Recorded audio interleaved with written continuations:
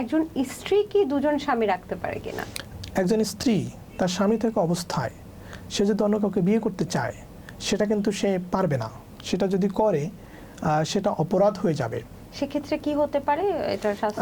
সেই ক্ষেত্রে হচ্ছে এই যে আপনি কারো স্ত্রী থাকা অবস্থায় যদি আরেকটা বিবাহ করেন তাহলে আরেকটা স্বামী হয়ে গেল, তাহলে একই সাথে দুইটা স্বামী হয়ে যাচ্ছে।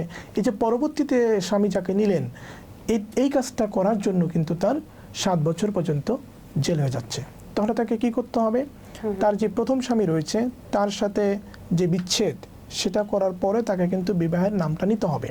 আর না হলে যেটা হবে, আমাদের আইনে আছে, দণ্ডবিধিতে আছে, আপনারা জানেন যে ক্রিকেটার নাসির তামিমার ক্ষেত্রে সেখানে কিন্তু 494 ধারা সহ অন্যান্য ধারাতে মামলা হয়েছে। আমি 494 ধারাকে যদি বলি যে একজন স্ত্রী তার স্বামী থাকা অবস্থায় যদি অন্য কাউকে বিবাহ করে, এই যে অন্য কাউকে বিবাহ করা মানে হচ্ছে আরেকটা স্বামী চলে আসতেছে, এটা কিন্তু তার জন্য অপরাধ।